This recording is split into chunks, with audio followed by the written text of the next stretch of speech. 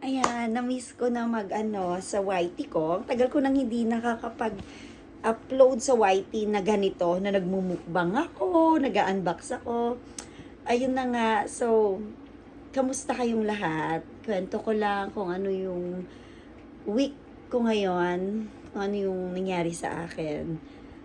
Ngayon, Friday na tayo at yun na nga, maraming nangyari, maraming naghanap from Monday to Friday.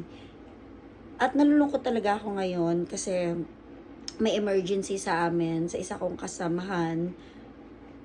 Actually, dalawa sila, pero yun na nga, hindi ko na siya ikukwento dahil hindi ko naman kwento yun.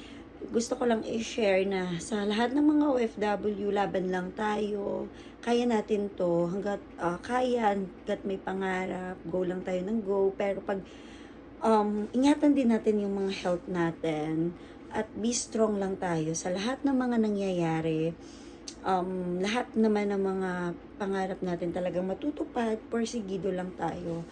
Kagaya ko, ako gusto ko na mag for good, pero yun nga, hindi pa pwede kasi marami pang mga kailangan tapusin bago mag for good.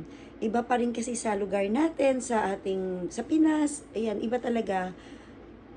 Dito kasi, nagagawa ko yung mga gusto ko, nakakapag-travel ako, pero iba pa rin talaga pagkasama mo yung family mo talaga. Gustuhin ko man, pero meron pa akong mga bayarin. Anyways, yun lang, na-share ko lang na maging strong tayo, mga OFW dyan, laban lang tayo sa hamon ng buhay. Kaya natin to. At saka, mag-ingat tayo palagi. Pray lang tayo ng pray. Yun lang. God bless everyone. Bye-bye!